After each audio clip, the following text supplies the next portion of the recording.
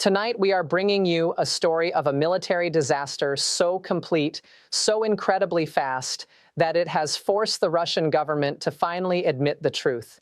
This is not about the slow, painful losses we usually hear about.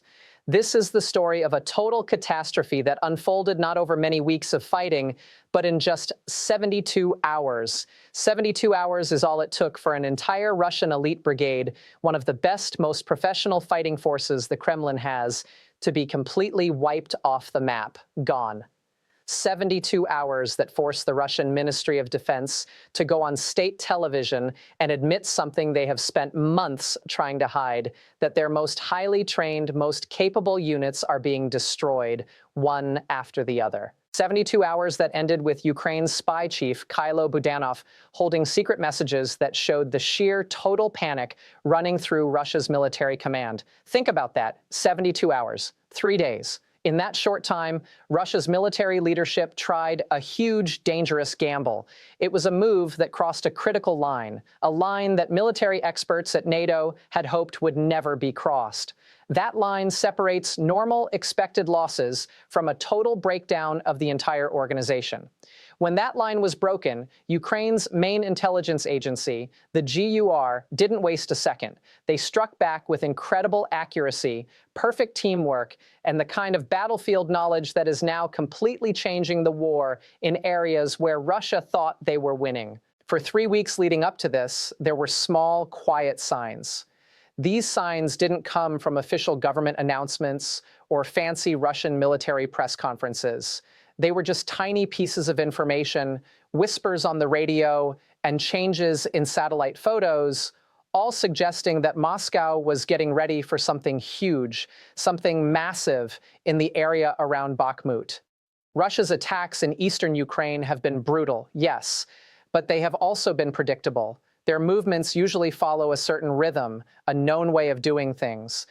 But what set off the loudest alarms in Kyiv and at the NATO intelligence centers last Tuesday was a sudden, strange silence. The rhythm stopped. The Ukrainian intelligence officers who listen to Russian military radio traffic know exactly what to listen for before a big attack.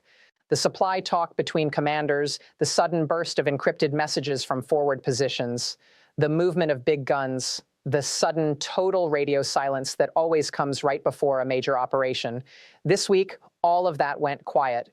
And when the Russian military goes silent on the radios they know Ukraine is listening to, it means one thing: something very big is about to happen on the front lines. But what Ukraine's intelligence team found instead was something completely different, something far more shocking. They picked up broken, panicked messages on frequencies that elite Russian units only use for the most serious emergencies. These were not the confident voices of an army getting ready to attack. These were messages that screamed not of preparation, but of a total collapse happening right in the middle of a disaster. Early Thursday morning, the GUR intercepted what they called unencrypted distress calls. These calls included special codes that had not been used in combat for over 8 months. These are the emergency rules Russian commanders only use when they are signaling one of 3 very specific, terrible things: massive numbers of casualties, a total loss of command and control, or the complete destruction of a unit. Ukrainian intelligence analysts didn't know which one it was, or if it was all 3 at once, but they knew this. Russia's 155th Naval Infantry Brigade, one of Moscow's elite Pacific Fleet units, a group considered the absolute best of the best, was quickly changing from a strong attacking force into a defeated, broken mess. When an elite Russian unit suddenly switches from attacking to just trying to survive, without any warning, every intelligence agency from Kyiv to Washington stops everything and pays attention. The 155th Brigade was not made up of new, untrained recruits. This was a force of professional, long-term contract soldiers sent specifically to smash through Ukrainian defense lines south of Bakhmut. This was supposed to be Russia's strong answer to Ukraine's successful defense strategy. Yet, by Thursday afternoon, that brigade had effectively stopped existing as a group that could fight. What the GUR chief, Kylo Budanov, shared in a secret meeting with allied intelligence partners was truly unbelievable. His officers had intercepted orders, not just requests, but direct, mandatory orders from the highest Russian command. These orders told the few surviving soldiers of the 155th to pull back immediately and meet up at safe spots more than 40 kilometers behind their original positions. These were not small tactical moves. These were full-scale evacuation instructions. The intelligence package Ukraine's defense ministry released tonight is not normal. It is not routine. It is not just a symbol. It is devastating. Western defense officials, after emergency meetings, said the intercepted Russian messages were chaotic, showing a total failure of teamwork within the unit. And most importantly, they confirmed the messages were real, beyond any doubt. But intelligence is only a weapon if you use it. Ukraine did not wait. Their response in the 72 hours after the brigade's collapse was one of the most coordinated and deadly moves we have seen in this entire war. Here is the simple timeline of their powerful response.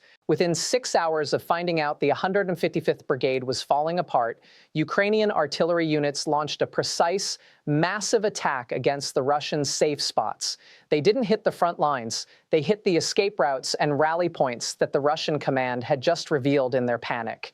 This was a planned move to turn a simple retreat into a total, devastating defeat. Within 12 hours, Ukrainian special forces, moving in the dark, moved into the empty space the Russians had left. They weren't there to fight big battles, but to conduct targeted strikes against command centers, supply trucks, and any small groups of remaining soldiers.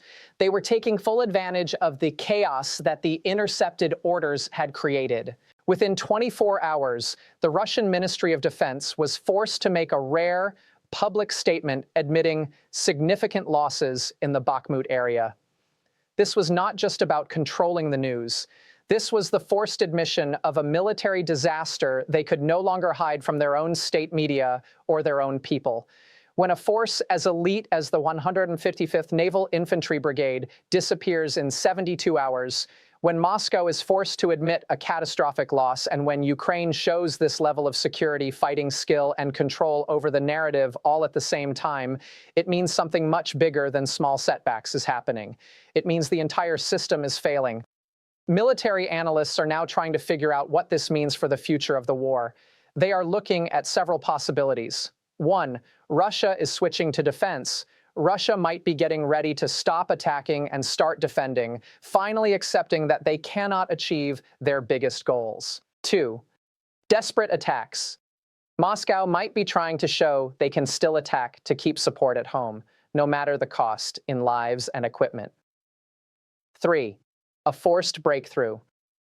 The possibility that worries officials the most is that Russia is trying to force a major breakthrough before Western military aid fully rebuilds Ukraine's fighting power. This would lead to even more desperate and costly operations for everyone.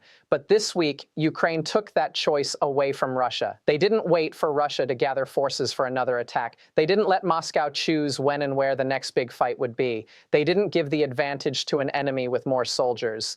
They destroyed an elite Russian brigade using secret information that the Russians themselves provided because of incredibly poor security.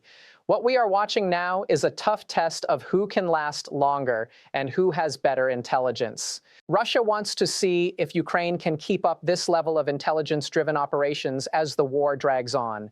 Ukraine wants to show that they can not only defend their land, but also systematically destroy Russia's ability to attack. NATO wants to make sure this conflict does not spread outside of Ukraine's borders. And the Russian people want to know why their best forces are being destroyed in a war their government promised would be quick and easy. Tonight, we have heard from NATO intelligence officials who are now closely watching how Russia tries to rebuild its forces. They confirm Moscow is struggling to replace lost soldiers and equipment at a fast enough rate. They confirm Ukrainian intelligence capabilities have improved greatly since the war began. And they confirm Russia's decision to use the 155th Naval Infantry Brigade was likely part of a bigger, desperate plan to gain ground before Ukraine receives more powerful Western weapons. But Ukraine is not just sitting back and waiting. In fact, Ukraine is setting the pace of the war through intelligence operations that consistently stay one step ahead of Russian planning. Their response this week, accurate, coordinated, and devastating, sent a clear message to Moscow. Ukraine's intelligence services are just as deadly as their military forces, and it sent a message to Western allies. Sharing intelligence and working together is producing real, measurable results that are helping Ukraine win the war. As the weekend continues, we expect more details to come out about what exactly Russia's military leaders hope to achieve with the 155th Brigade attack. But what we know for sure is this: Ukraine's intelligence was perfectly timed. It stopped a potentially big Russian breakthrough. It destroyed an elite Russian unit before it could complete its mission. And it proved that Ukraine's intelligence services are operating at a level that Russia simply cannot match or counter right now. What happens next will depend entirely on what Moscow decides to do next. If they keep sending their best units to attack without fixing their terrible security failures, this moment will be remembered as the start of Russia's military collapse in eastern Ukraine. If they switch to a defensive position and try to hold the land they have, Ukraine and NATO have already shown they are ready to find and exploit any weakness. They have shown they are ready to respond with accuracy and deadly force. And tonight, for the first time in weeks, Moscow's military leadership seems to be pausing and rethinking. The Kremlin is quiet. Too quiet. And when Russia's leaders are quiet after a disaster like this, it means they are planning. It means they are choosing their next move very, very carefully. Because tonight, Russia learns a hard lesson they have learned many times, but refuse to accept. Ukraine's intelligence services are inside their decision-making process. They know what Russia is planning. Ukraine's military can turn those secret orders into major victories within hours, and Russia's elite units are just as vulnerable as their regular soldiers when they are fighting an enemy who knows their plans before they even start to act on them. This story is far from over, but tonight, one thing is perfectly clear. Ukraine's intelligence chief didn't just intercept orders. He used them to destroy an entire Russian brigade. Russia's admission on state television wasn't just a PR move. It was the forced acknowledgement of a military disaster they could not hide. The war in Ukraine has entered a new, crucial phase where intelligence superiority is just as important as having more guns. And right now, Ukraine has that advantage. We will be here watching every detail as the next phase unfolds. Stay with us. We will be right back after the break. Welcome back. Before the break, we detailed the stunning 72-hour collapse of Russia's elite 155th Naval Infantry Brigade.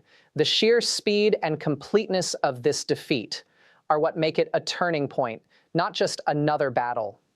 To truly understand the gravity of this event, we need to look closer at two key elements: the significance of the 155th Brigade and the depth of Russia's intelligence failure. First, the 155th Naval Infantry. Why does this unit matter so much? In the Russian military structure, the naval infantry are the equivalent of the U.S. Marines. They are not just soldiers. They are an expeditionary force trained for amphibious landings, rapid deployment, and high-intensity combat. They are the units Russia relies on when they need a guaranteed breakthrough. They are professional contract soldiers, often receiving better pay, better equipment, and far more rigorous training than the recently mobilized conscripts. When Russia commits a unit like the 155th, it is a statement of intent. It means they are serious about achieving a specific, high-value objective. Their destruction is not just a loss of manpower, it is a loss of a strategic asset that takes years to train and equip. It sends a message to the rest of the Russian military. If our best can be wiped out this fast, what chance do the rest of us have? This psychological blow is arguably more damaging than the physical loss of tanks and personnel. Second, the intelligence failure. This is the part of the story that should terrify the Kremlin. The fact that Ukraine was able to intercept communications, not just any communications, but emergency distress calls and, crucially, the subsequent evacuation orders, shows a deep systemic problem in Russian military security. The use of unencrypted distress calls, the very codes reserved for total disaster, suggests a complete breakdown of discipline and procedure under pressure. It means that in the heat of the moment, Russian commanders chose speed over security, giving Ukraine a literal roadmap to their most vulnerable points. Ukraine didn't just get lucky, they exploited a fundamental weakness. They didn't just listen, they acted. They turned a passive intelligence gain into an active, devastating military victory. This is the new reality of the war. Ukraine is not just reacting to Russia. They are reading Russia's mind and punishing them for every mistake. Now let's talk about the long-term consequences of this 72-hour disaster. The immediate effect is a massive hole in Russia's offensive capability in the Bakhmut sector. The 155th was supposed to be the spearhead. Now that spearhead is broken. Russia will have to pull forces from other, less critical areas to fill the gap, weakening their lines elsewhere. This gives Ukraine new opportunities to press their advantage. The medium-term effect is on Western support. This victory is a powerful piece of evidence for Western governments who are debating sending more advanced weapons to Ukraine. It proves that Ukraine can effectively use intelligence and modern military tactics to achieve decisive results. It makes the case for continued and even increased military aid much stronger. When Western leaders see a return on investment like this, the destruction of an elite Russian unit in 72 hours, they are more likely to approve the next round of tanks, missiles, and air defense systems. The long-term effect is on Russia's military doctrine. For decades, Russia has relied on mass and firepower. This battle shows that in the modern, intelligence-driven war, those old methods are failing. They are losing their best units because they cannot adapt to a battlefield where every radio transmission, every troop movement is potentially being monitored and used against them. If Russia does not fundamentally change how it operates, these 72-hour disasters will become the norm, not the exception. This is why the Kremlin is quiet. This is why they are calculating. They are not just mourning a lost brigade. They are facing the reality that their entire military strategy is being defeated by superior intelligence and faster decision-making. The final, most compelling part of this story is the human element. These were professional soldiers, men who signed up for this. Their families were told they were the best, the ones who would win quickly. Now they are part of a catastrophic loss that their own government was forced to admit.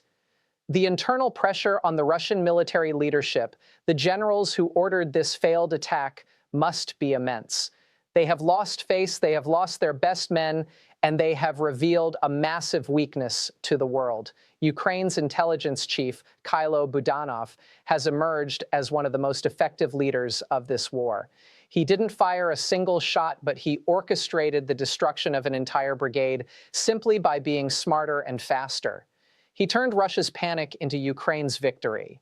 As we continue to monitor the situation, the key question remains, what will Russia sacrifice next? Will they commit another elite unit to try and regain the initiative? Or will this disaster finally force them to change their strategy? The answer to that question will define the next phase of the war. We will continue to follow this story closely. For now, the message from the front is clear. Ukraine is not just holding the line. They are actively dismantling Russia's best forces, one catastrophic 72-hour period at a time. We will be right back with more analysis after the break.